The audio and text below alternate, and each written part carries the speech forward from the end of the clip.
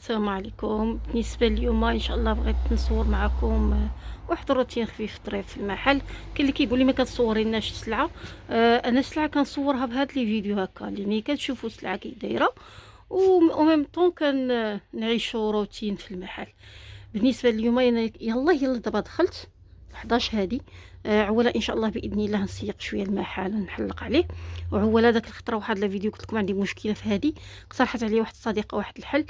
غادي نجربو ونيت نقول لكم عطوني رايكم فيه ونشوف واش تسلكني ولا ما تسلكنيش. المهم يلا هو تبعوا معايا ويكون خير ان شاء الله باذن الله. الله يسر الامور.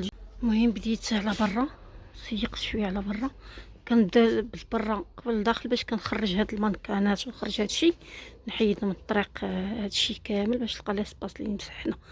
المهم غادي نخرج هاد الشيء اللي غيتخرج وغنقول لكم التعديل اللي غندير ان شاء الله غيكون جزء منه على برا ونتسنى اراء. تقريبا هاد الشيء كامل حيدته. هاد العلاق شحال السلعه حيدت من العلاق حتى هادي ها هي حيدتها. دابا غادي نوريكم العلاق ونوريكم على برا كي جات وعاد ندخل داخل نكمل الجميع.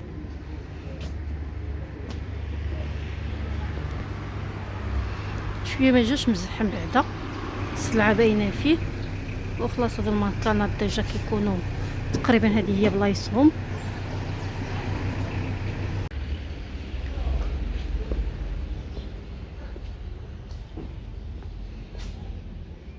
دابا ندخل داخل نجمع الداخل غير الشيفه وغادي نحول فيترينا من هذوك غادي نجيبها لبلاصه العلاق.